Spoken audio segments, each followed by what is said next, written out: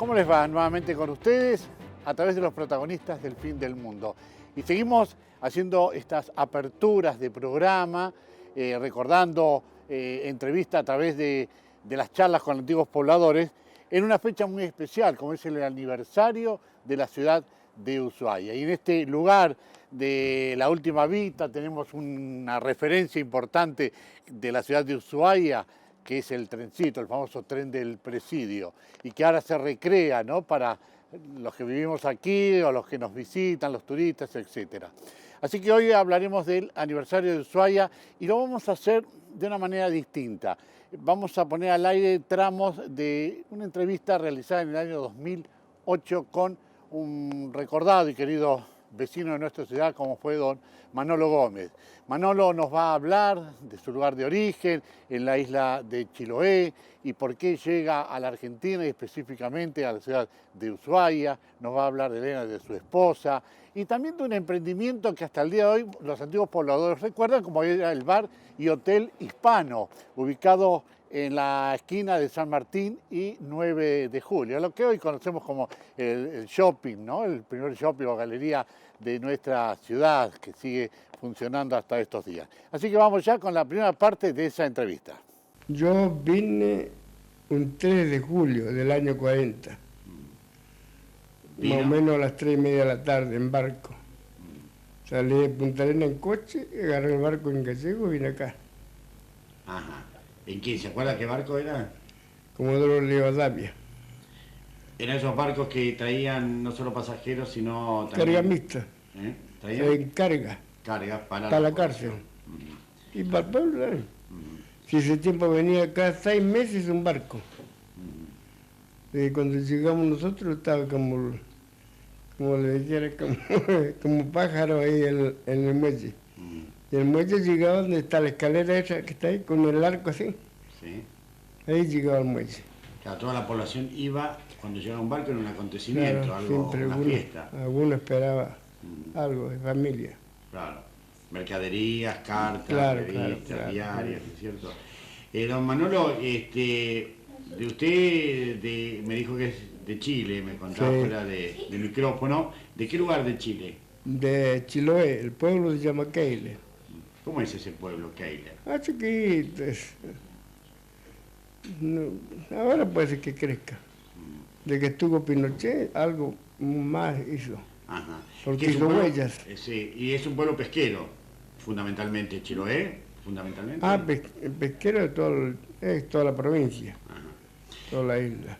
¿Y cómo era su vida allá en Chiloé, Uf. en su pueblo? ¿Qué hacía? Somos todos muchachos, buena, a la costumbre de cada lugar. Y uno trabaja como un animal, ¿no? ¿Y qué Pero trabajos, no faltaba nada. ¿Y qué trabajos hacía allá en Y Chiloé? sembramos papa, trigo, maíz, no, avena para los animales. Y trabajamos de lunes a sábado a las 12. Después libre, ¿Y allá con quién vivía? con mis padres. Allá. ¿Y qué recuerda de su niñez y su adolescencia, la escuela, supongo, algunos amigos? Claro, sí, dijo. ¿Eh? Ya quedan pocos de esos. ¿Se sigue viendo con algunos de ellos? Y ahora de acá no, pero de cuando voy a veces. De 61 años, 62 años que salí, yo 3 veces o 4 nada más. Una vez estuve 21 años sin ir, y la otra vez estuve 29 años sin ir. Se Sí, extraña, ¿no? fuiste. La tierra de donde uno Se nació. extraña. Sí, extraña y no extraña, dijo. Porque uno sale a como es mejorar su lugar, su vida. Pero a veces le va bien como no. Yo trabajé mucho, desde que vine acá trabajé sin parar. Nunca fui empleado de gobierno, no cobré ni un sueldo nunca. Siempre privado. Ahora vamos a hablar Me la enseguida. arreglé solo. Ahora vamos a hablar enseguida de sus trabajos. Vamos a ir un orden cronológico, ¿no? Bueno. Manolo, usted llega, me dijo, un 3 de junio. Julio. De julio. Pleno invierno. Sí. ¿Cómo era? Ahí hizo la ceremonia y nomás me dio la nieve acá. Menos mal que traía buenas botas. Pero no era para usted una novedad, el frío o la nieve. No, ya. ¿Y qué recuerda? ¿Qué es lo primero que llegó a ver desde el buque Comodoro Rivadavia, entrando a la bahía? ¿Qué es lo que veía de Ushuaia que se Me acuerda? parecía como es una población de mineros. Porque toda la casita echando humo en invierno con la leña. Y no Sí, conocía nada de Ushuaia, no sabía no, cómo era. no. Estamos hablando de hace 60 y pico de 61 años. 61 años atrás. 60. No, yo me quedé con eso, ¿no? De la tarea que usted realizaba de ir a repartir con esos tachos famosos, que ya no existen. Lo habrá visto en Buenos Aires también. Y Porque en Buenos Aires, por acá también, en Ushuaia se ven algunos que otros, pero ya quedan como una cosa del recuerdo, del pasado, ¿no? Ya no se utiliza para nada. Pero Manolo, y comienza una nueva vida, ya con doña Elena, trabajando los dos. ¿Usted con qué trabajo? ¿Qué hizo? yo trabajaba con el boliche, con el hotel. Exacto, usted tenía... Ella hacía cocinera, yo de bolichero. Estamos hablando del Hispano. Sí, ¿Estaba ubicado en qué calle? el 9 de julio y San Martín. Famoso, el hotel, el restaurante Hispano. Sí.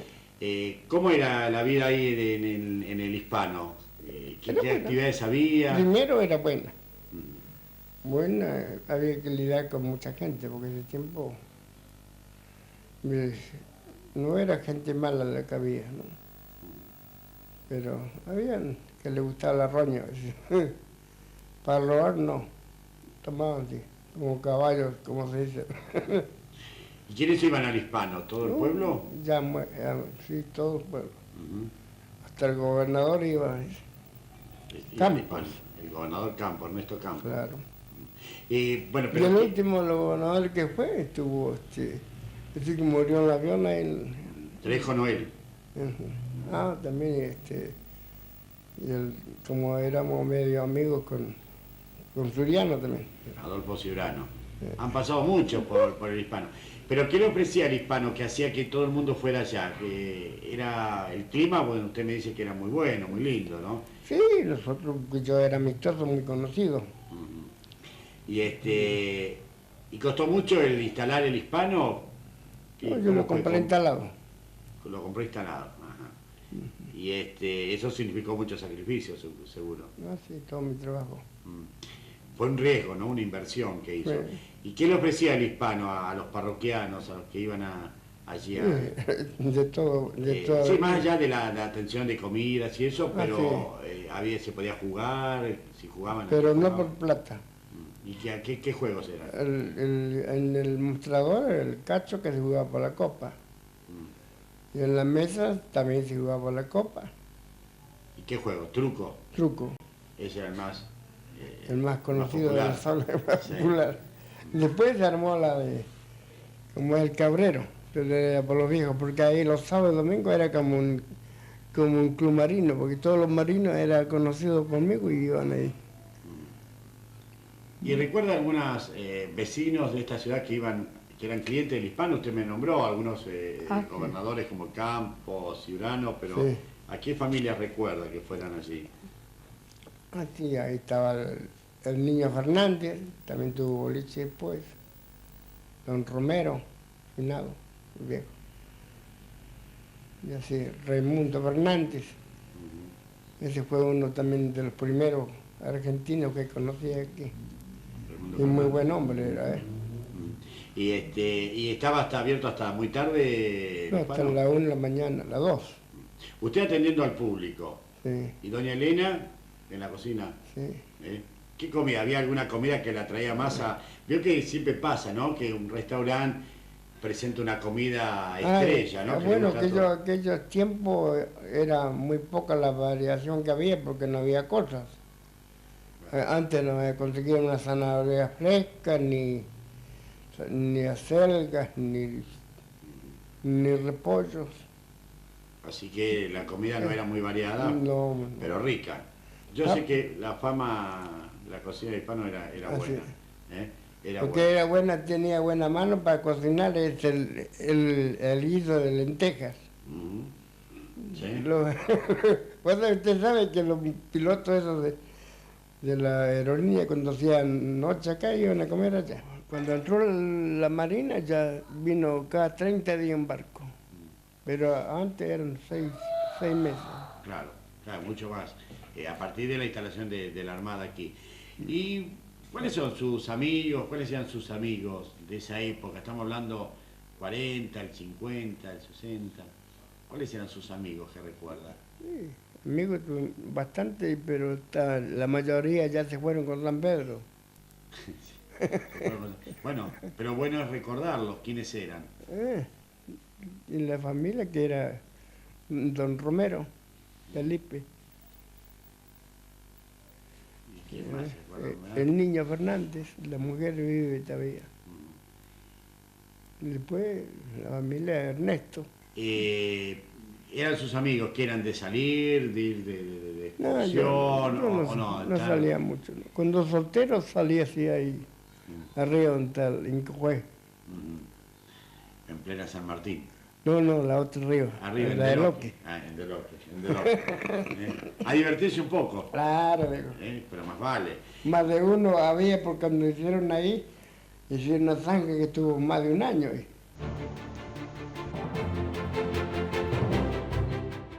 Continuamos con el programa de hoy dedicado a distintos temas que tienen que ver con Ushuaia, en este mes de octubre, mes aniversario de nuestra querida ciudad. Yo quiero corregir, en el bloque anterior decía la entrevista a don Manolo Gómez en el 2008, no, fue en el 2001. Qué importante es tener esos testimonios de estos queridos vecinos. Pero ahora nos vamos a ir mucho más atrás. Al año 1947 había un noticiero en los cines, entre una película y otra, que se llamaba Sucesos Argentinos. Era una síntesis de las principales noticias de cada una de las provincias argentinas y hay una que es muy especial y muy comentado. Algunos vecinos ya la vieron, muchos otros no. Se refiere a la llegada de los castores, traídos de Canadá hacia el lago Faniano, acá en la Tierra del Fuego, con la mejor intención en ese momento, sin saber lo que iba a pasar después, como un atractivo para el lugar. Sucede que el castor acá no tiene depredadores y bueno, ya sabemos lo que pasa. Esa pequeña documental o ese pequeño informe se llama Vuelo al Sur y queremos compartirlo con ustedes a través de Sucesos Argentinos del año 1947.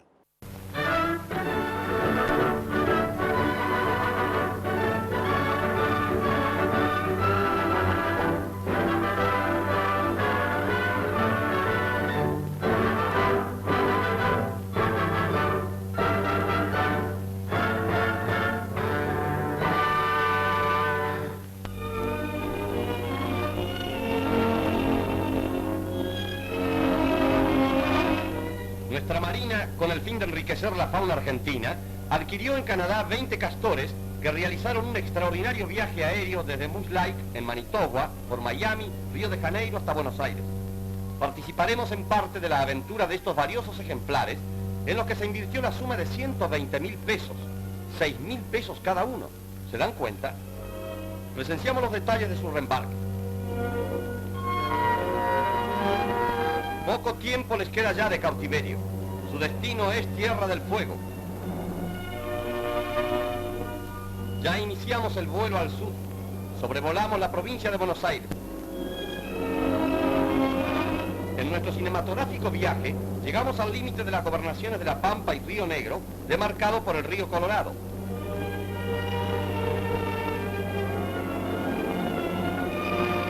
Este es otro de los ríos que fecundizan la tierra de Río Negro, cuyo mismo nombre adopta.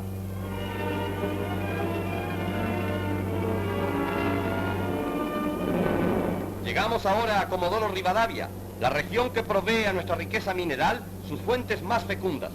El petróleo abunda en esta zona atlántica. La ingeniería ha ganado las partes cubiertas por las aguas. Allí se han perforado pozos e instalado costosísimas torres de extracción que se agregan a las numerosas instaladas en tierra.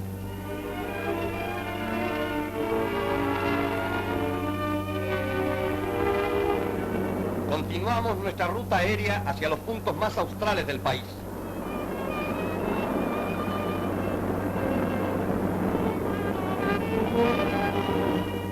Los castores, mientras tanto, realizan el viaje sin novedad bajo la directa atención de quien los condujo desde su lejana patria.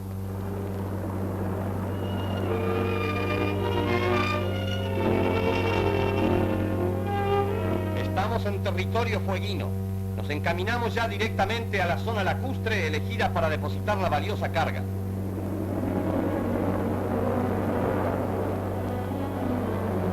Es necesario ante todo hacer reconocimientos.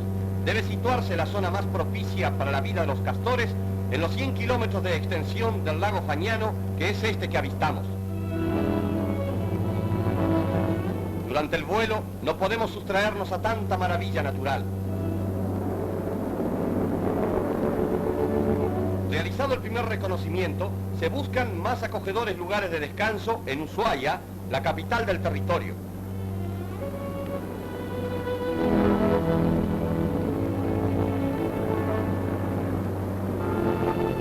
Ushuaia es un centro urbano de raros atractivos naturales que día a día gana en adelantos edilicios. Hasta hace muy poco las casas de madera eran las más comunes, pero el progreso que avanza en la masa de tierra impone paulatinamente la construcción con materiales de más consistencia. La nueva iglesia recorta su elegante y esbelta silueta en la opacidad de la falda montañosa.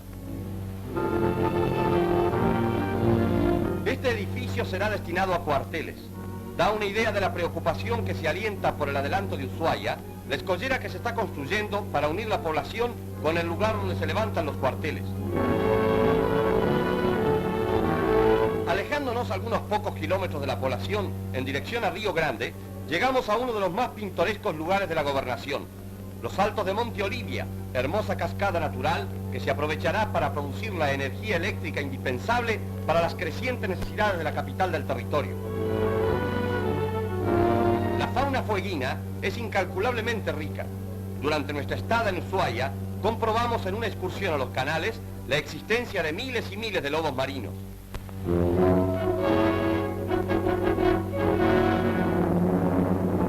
Y ahora retornamos nuevamente a la región de los lagos para hacer otros reconocimientos.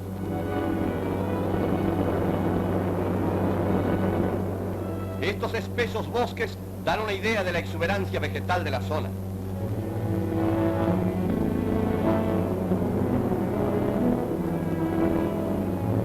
Ya se ha hecho la elección del lugar donde deben ser dejados los castores. Acuatizamos.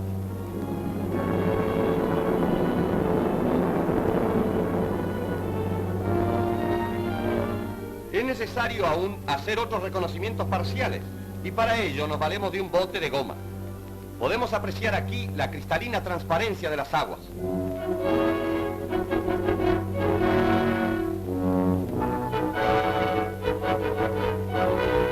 Recorremos el lago. Debe pensarse en la alimentación futura de los castores y buscar un sitio donde la encuentren cercana a las aguas que habiten. El lugar ya ha sido elegido. Por fin los animalitos son conducidos a tierra. Imaginamos las conjeturas que habrán hecho en medio de tantas alternativas extrañas.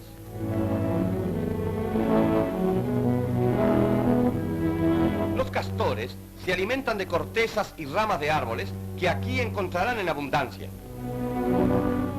Es interesante destacar la fidelidad conyugal de estos animales. Contraen matrimonio una sola vez en su vida y si la fatalidad los priva de la compañera elegida, no reinciden jamás. Viuditos llegan al final de sus días. Ya están en libertad, feliz y ansiada libertad. Ellos enriquecerán la fauna del lugar, como en un futuro próximo lo harán renos de South Georgia y otras especies animales para las que el clima de estos parajes es propicio.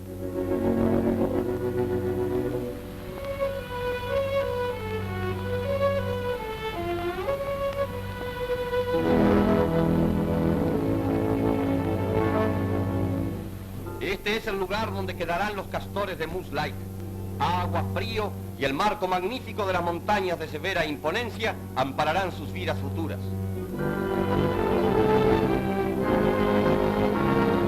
La misión ya se ha cumplido. Los castores han quedado a recaudo de Dios.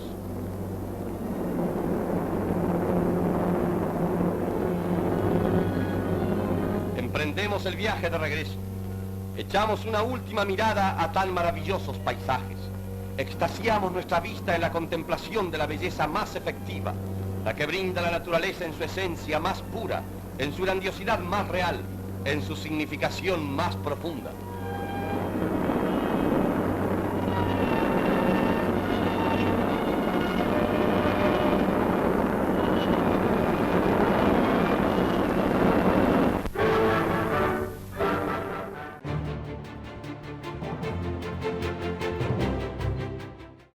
Y recordamos a muchos vecinos, este mes lo vamos a hacer con otros más. También no podemos dejar de lado a don Julio Canga, que ya no está entre nosotros, pero que nos ha dejado su testimonio y nos ha hablado de su vida y nos ha hablado de la familia Canga Quiñones. Esta es la entrevista que hace varios años atrás tuve el gusto de realizar con don Julio. La compartimos. Vamos a hablar en instantes nada más con un vecino de nuestra ciudad, con el señor Julio Canga. Y algunos vecinos, algunos seguidores del programa nos dicen que a don Julio Canga lo han visto mucho por televisión, porque es un punto de referencia, de consulta sobre distintos momentos de la ciudad de Ushuaia especialmente. Y es cierto, hemos hablado infinidad con Julio de otros momentos de Ushuaia. Pero una particularidad, y en esto les cuento que hemos hablado bastante con él, no hicimos una síntesis en ninguno de los ciclos del programa de la familia Canga Quiñones, radicada hace tanto tiempo aquí en Tierra del Fuego. Por eso, una vez más, acudimos a su hogar para hablar hoy específicamente de la familia Canga, de la llegada de esta familia oriunda de Asturias, de España, y todo lo que han vivido, más allá de las vivencias de don Julio. Así que, don Julio, le agradezco nuevamente que nos permita charlar con usted. Creo que coincide conmigo, muchas referencias de cosas que han pasado se les consulta a ustedes. Así es, así es.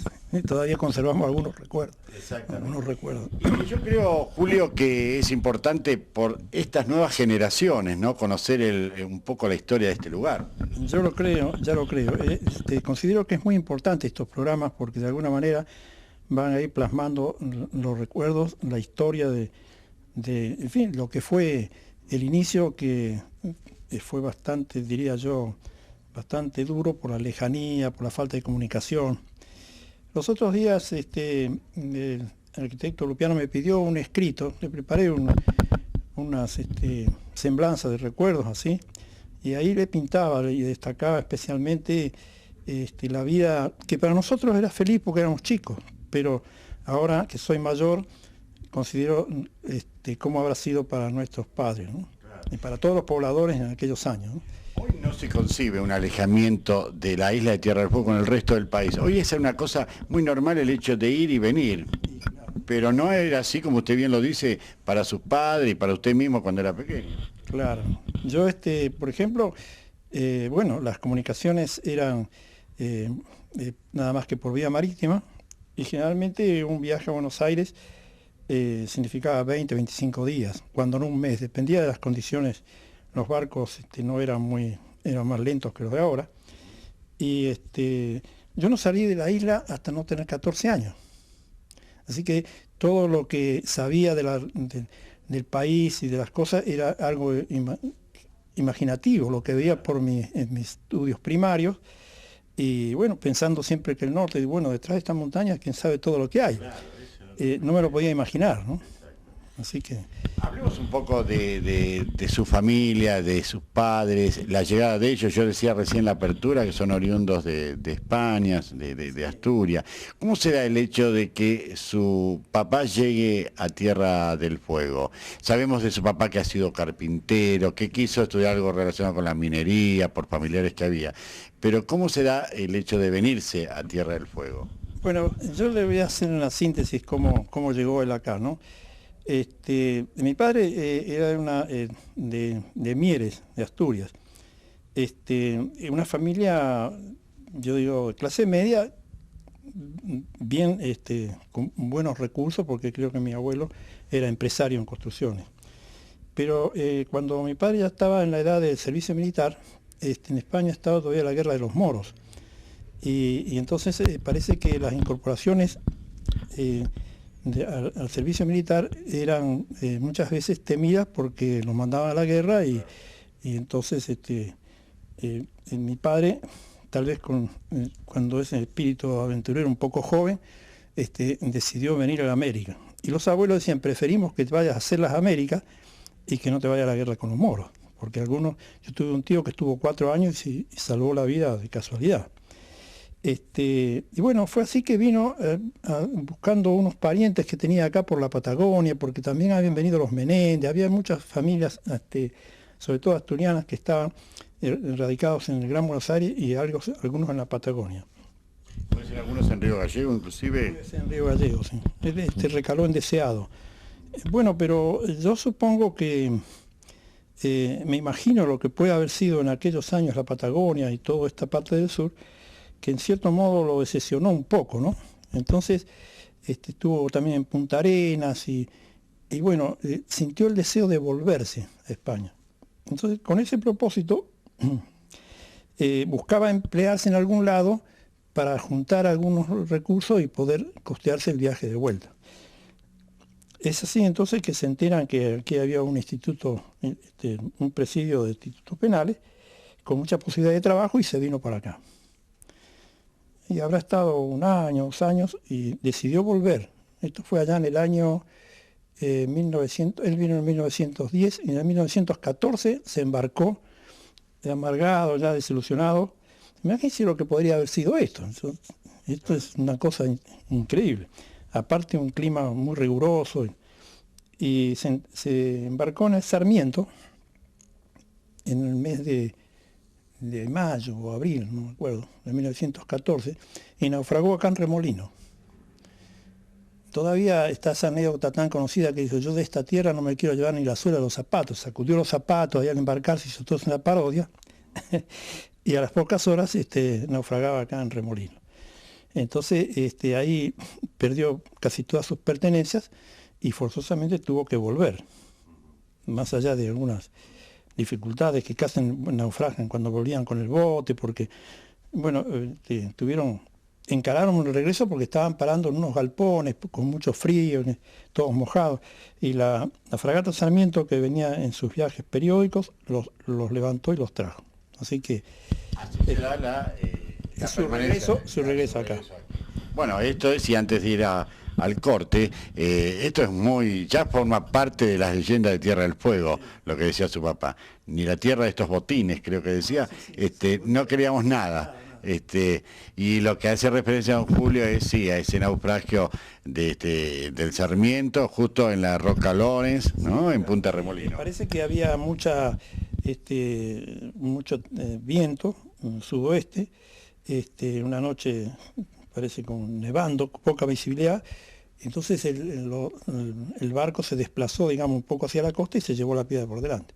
¿Cómo se da con este hecho fortuito del naufragio del Sarmiento la llegada una vez más de su papá a este lugar?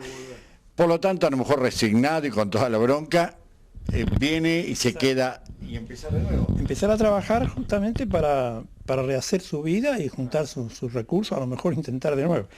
Pero en el interín, digamos, cuando se vuelve, que empieza a trabajar en la cárcel como carpintero,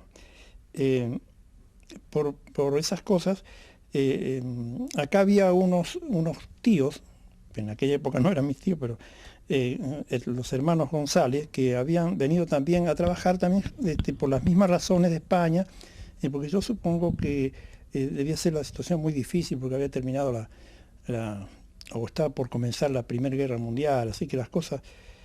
Ellos habían emigrado, los tíos, y detrás de ellos vino toda la familia de los González. Ahí venía mi abuela y y mi madre y otra tía más, o sea que vino toda la familia. Como la comunidad era, supongo, muy chica, y mi tío también trabajaba en la cárcel, se hicieron conocidos, amigos, frecuentaban las casas. Bueno, ahí se conoció con mi madre. Mi madre era del sur de España, de Málaga. Bueno, y en el año 16 se casaron. Y bueno, y así es como se formó nuestra familia. Después fuimos 5 hermanos, yo el menor de todos, y bueno, empezó la evolución de la familia. Mi padre se empeñó siempre en que nos por lo menos los varones estudiáramos, tuvimos que viajar a Buenos Aires.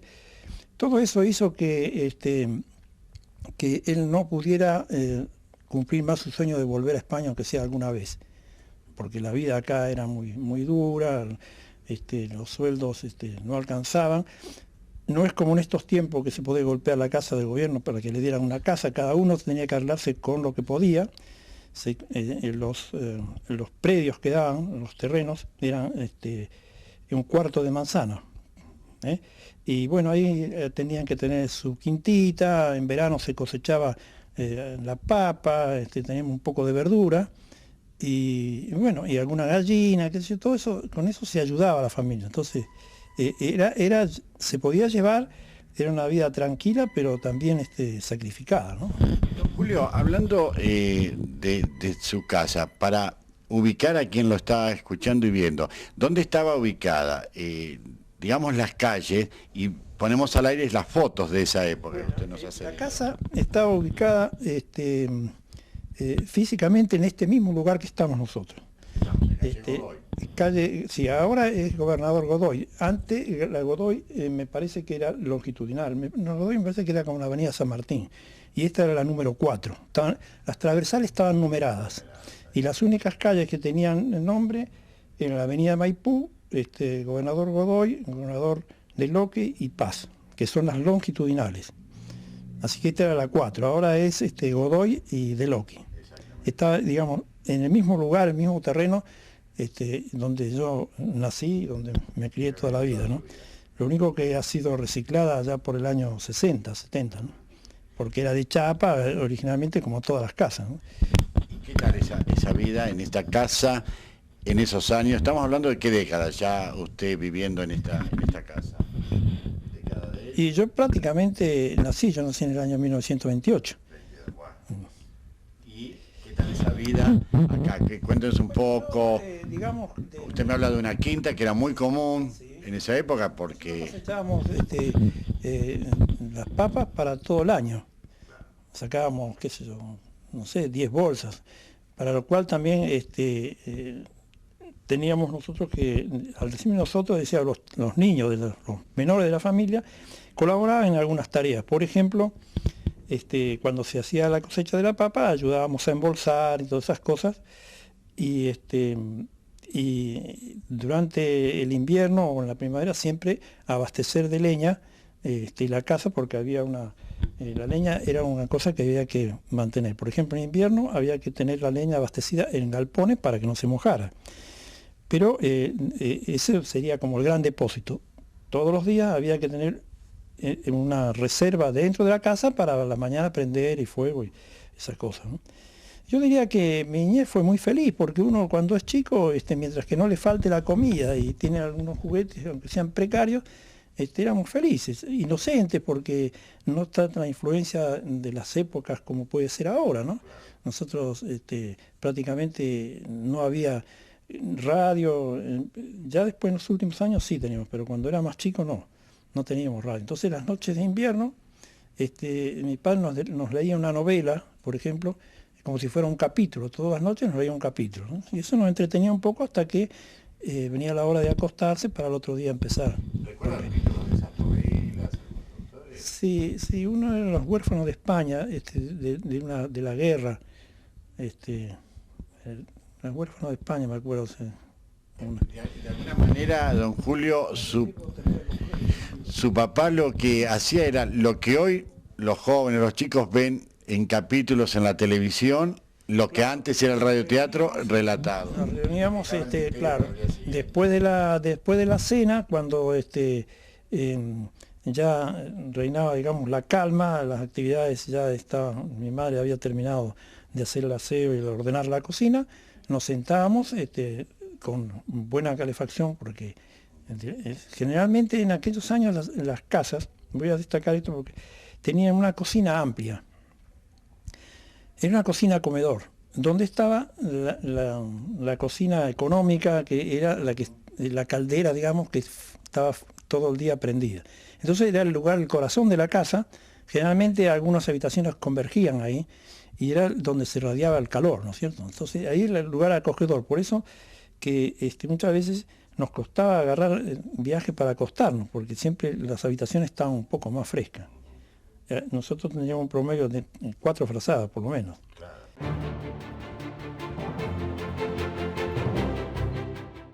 Alguna vez pusimos al aire el trabajo que el personal de Vialidad Nacional realizó con el conocido paso Garibaldi, la vieja atrás y luego la más nueva. Y hay un hecho que pueden decir que es un hecho histórico, que fue el cruce del primer auto, en este caso el cruce del primer auto particular. Y allí también está involucrado don Julio Canga, porque el auto particular que cruzó por primera vez el Garibaldi era de su pertenencia, aunque él no lo manejó, sino que lo manejó el recordado Campito. Este es el testimonio que Julio nos hacía en un homenaje que se le hizo años atrás.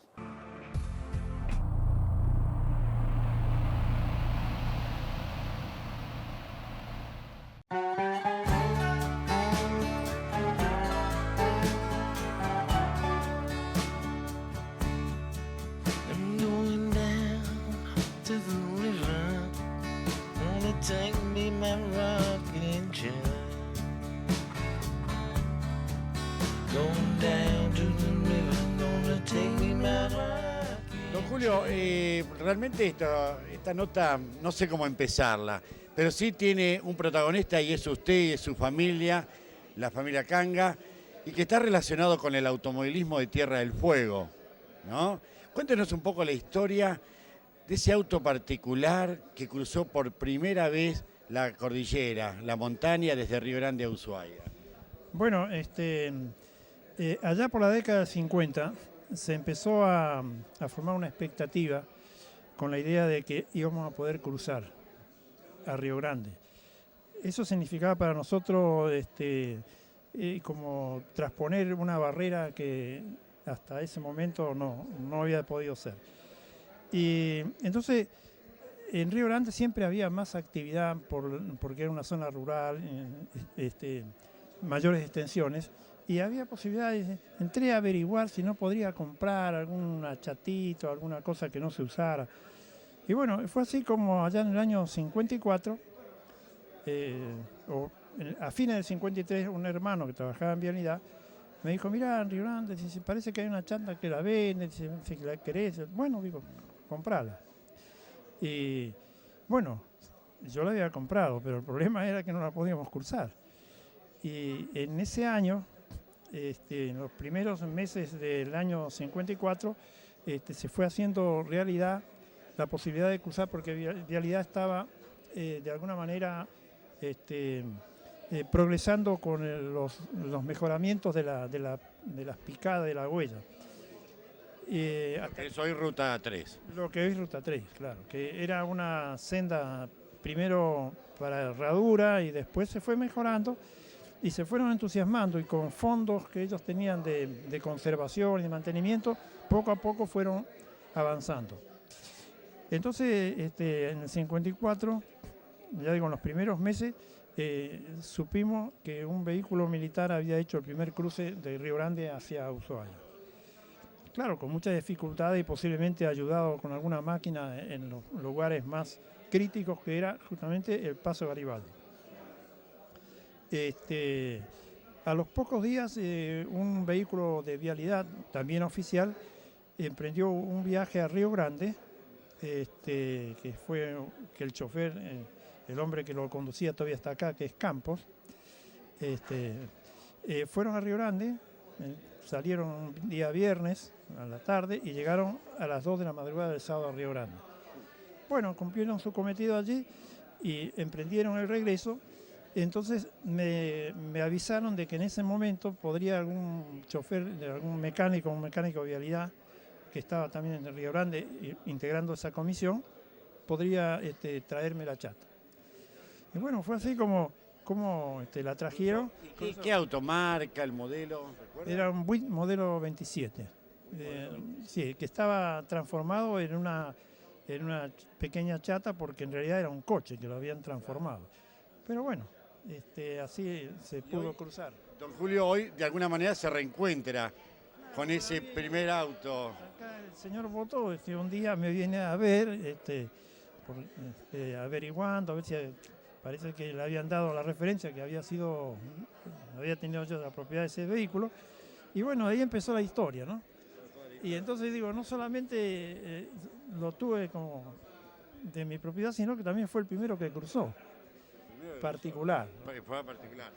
¿Y cómo fue ese viaje? ¿Se tardó muchas horas también? Sí, tardaron todo un día casi. Todo un día para cruzar, desde Río Grande hasta Ushuaia. Porque estaban trabajando y había momentos en que las máquinas interrumpían, así que en algunos pasos hubo que ayudarlo, pero bueno, se pudo cruzar. Me imagino recuerdos, paseos por la ciudad cuando lo ve, ¿no? Ahora se está rearmando, pero bueno, ¿se lo usaba mucho en la ciudad, el pequeño pueblo en esa época? Y claro, eran pocos los vehículos, así que se podía andar, ¿no? Yo lo hice reparar, lo hice recorrer, pero no perdió las características, así que pudimos andar. Incluso hice un viaje a Río Grande, cuando ya la ruta era toda una realidad. No como una gran ruta, pero era una senda con relativa seguridad, ¿no? Así que, pero igual, digamos, teníamos problemas con los frenos y todo, ¿no? Inconvenientes, no teníamos cómo ponerlo muy en condiciones. ¿Y fue de su propiedad durante mucho tiempo? No, ¿Lo vendió? lo habré tenido unos 3 años más o menos. Después ya empezó a introducirse vehículos usados directamente de Estados Unidos, entonces lo vendí, ¿no?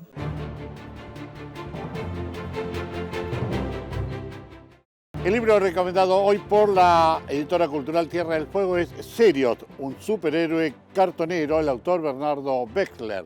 Bernardo es un conocido hombre de acá de la Tierra del Fuego. Y él habla y dice que en una Buenos Aires gobernada por enemigos de lo popular, surge un personaje de los estratos sociales más bajos y más desamparados. Pero este personaje descubre que tiene o que posee superpoderes y se relaciona con algo de Tierra del Fuego, porque dice que hay un famoso guerrillero Ona llamado Seriot, que es la fuente de inspiración de este héroe, que tendrá así una oportunidad de saldar cuentas del presente y también con el pasado.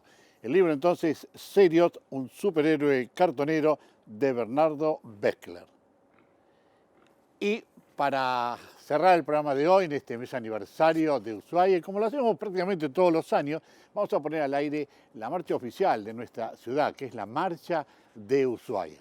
Gracias, nos encontramos en una semana.